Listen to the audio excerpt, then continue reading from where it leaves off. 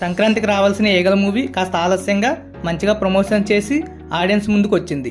పెద్దగా పోటీ లేకుండా బాక్సాఫీస్ ముందుకు వచ్చాడు రవితేజ. మాస్ హీరోలో ఒకరైన రవితేజ ధమాకా, వాల్తెర వీరయ్య సినిమాలతో అదరగొట్టారు. ఆ వెంటనే రావణాసుర, టైగర్ నాగేశ్వరరావు సినిమాలతో వరుస ఫ్లాప్స్ని ఎదుర్కొన్నారు. దాంతో ఈగల సినిమాపై అందరి దృష్టి పడింది. ప్రమోషన్స్తో రిలీజ్కు ముందే అట్రాక్ట్ చేసిన ఈ మూవీ అంచనాలకు తగ్గట్టుగా ఉందా లేదా, రవితేజ ఖాతాలో హిట్ పడిందా లేదా అనేది ఈ రివ్యూలో తెలుసుకుందాం. ఈ మూవీ స్టోరీ విషయానికి వస్తే జర్నలిస్ట్ నళిని రాసిన ఓ స్టోరీతో మొదలవుతుంది ఈ సినిమా. చిన్న స్టోరీయే అయినా అది ప్రకంపనలు సృష్టిస్తుంది. ఈగల్ నెట్వర్క్ సంబంధించిన అంశం కావడమే అందుకు కారణం. మన దేశానికి చెందిన ఇన్వెస్టిగేషన్ టీమ్స్, నక్సలైట్లు, టెర్రరిస్టులతో పాటు ఇతర దేశాలకు చెందిన వ్యక్తులకి టార్గెట్గా ఉంటుంది ఈగల్. సహదేవ్ వర్మ ఒక్కడే ఈగల్ని ఓ నెట్వర్క్లా నడుపుతుంటాడు. చిత్తూరు జిల్లా తలకోన అడవుల్లోని ఓ పత్తి మిల్లుతో పాటు పోలాండ్లోనూ ఆ నెట్వర్క్ మూలాలు రివీల్ అవుతాయి. ఇంతకీ ఈగల్కి, తలకోన అడవులకి సంబంధం ఏమిటి, సహదేవ్ వర్మ ఎవరు, అతని గతం ఏమిటి, ఈగల్ నెట్వర్క్ లక్ష్యం ఏమిటి, ఈ విషయాలన్నీ జర్నలిస్ట్ నళిని రీసెర్చ్లో ఎలా బయటకు వచ్చాయనేదే ఈ సినిమా కథ. ఈ మూవీ ఎలా ఉందంటే స్టైలిష్ యాక్షన్ సినిమాల హవా కొనసాగుతున్న ఈ దశలో పక్కాగా ఆ కొలతలతో రూపుదిద్దుకున్న మరో సినిమా ఇది. నిర్ణయం నియంత నివారణ అంటూ ఆయుధం ఎవరి చేతుల్లో ఉండాలో ఈ మూవీలో చెప్పిన విధానం ఆకట్టుకుంటుంది.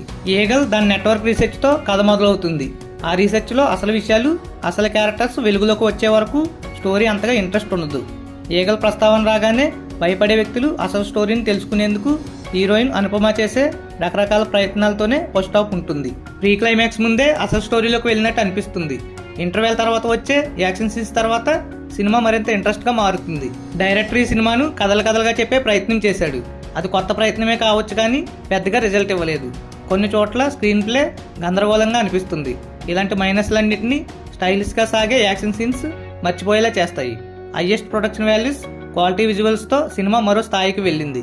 సెకండ్ హాఫ్ పోలాండ్లో జరిగే కథ, ఫ్లాగ్ సీన్లో సెంటిమెంట్, కంటిన్యూకి కావాల్సిన లీడ్ని ఇవ్వడం వంటి సీన్స్ అన్నీ కూడా ఆకట్టుకుంటాయి. అమ్మవారి విగ్రహం బ్యాక్గ్రౌండ్లో యాక్షన్ సీన్ సినిమాకే హైలైట్. బలమైన అంశాన్ని బలమైన కథతో చెప్పారు. ఆయుధాలు, పత్తి పంట బ్యాక్గ్రౌండ్ని లవ్ స్టోరీతో కనెక్ట్ చేసిన తీరు ఆకట్టుకుంటుంది. లోతైన మాటలు సినిమాకు అట్రాక్షనే అయినా స్టోరీలో సింప్లిసిటీ తగ్గింది. యాక్షన్ కావాలనుకునే వారికి ఈ సినిమాలో చాలానే ఉన్నాయి. రవితేజ చాలా రోజుల తర్వాత ఓ మంచి క్యారెక్టర్లో కనిపించారు. ఆయన స్క్రీన్పై 2 షేడ్స్లో కనిపిస్తారు. 2 షేడ్స్లో కూడా బాగా నటించారు. ఈ మూవీలో ఎవరెలా చేశారంటే రవితేజ యాక్షన్ అవతారం సినిమాకి మెయిన్ అట్రాక్షన్. ఆయన సహదేవ్ వర్మ క్యారెక్టర్లో ఒదిగిపోయారు. సెకండ్ హాఫ్లో యంగ్ లుక్లోనూ ఆకట్టుకున్నారు. ఆయన నటన ఇందులో నేచురల్గా ఉంది.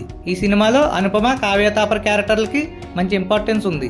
అనుపమ సినిమా మొత్తం కనిపిస్తే కావ్య థాపర్ సెకండ్ హాఫ్లో చిన్న క్యారెక్టర్లోనే అయినా ఆకట్టుకుంటుంది. నవదీప్ కీ రోల్లో కనిపిస్తారు. వినయ్ రాయ్, మధుబాల, శ్రీనివాస్ అవసరాల వీళ్ళ క్యారెక్టర్స్ కూడా ఆకట్టుకుంటాయి. అజయ్ ఘోష్, శ్రీనివాస్ రెడ్డి, మిర్చి కిరణ్ కామెడీ అదిరిపోతుంది. టెక్నికల్గా సినిమా మంచిగా ఉంది.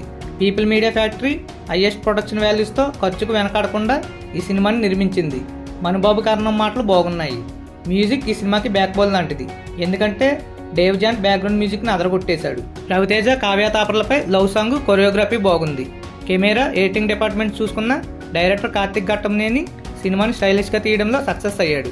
రైటింగ్లోనూ తన టాలెంట్ని చూపించాడు. ఓవరాల్గా చెప్పాలంటే ఈగల మూవీ బొమ్మ బ్లాక్ బస్టర్ అనే చెప్పాలి. ఈగల మూవీ యాక్షన్తో అదరగొట్టేసింది. రవితేజ ఫ్యాన్స్కి ఈ మూవీ ఫుల్ మీల్స్ లాంటిది. ఇలాంటి మరిన్ని వీడియోస్ కోసం నా ఛానల్ని సబ్స్క్రైబ్ చేసుకోండి. సబ్స్క్రైబ్ చేయడం మాత్రం మర్చిపోకండి. Please do subscribe.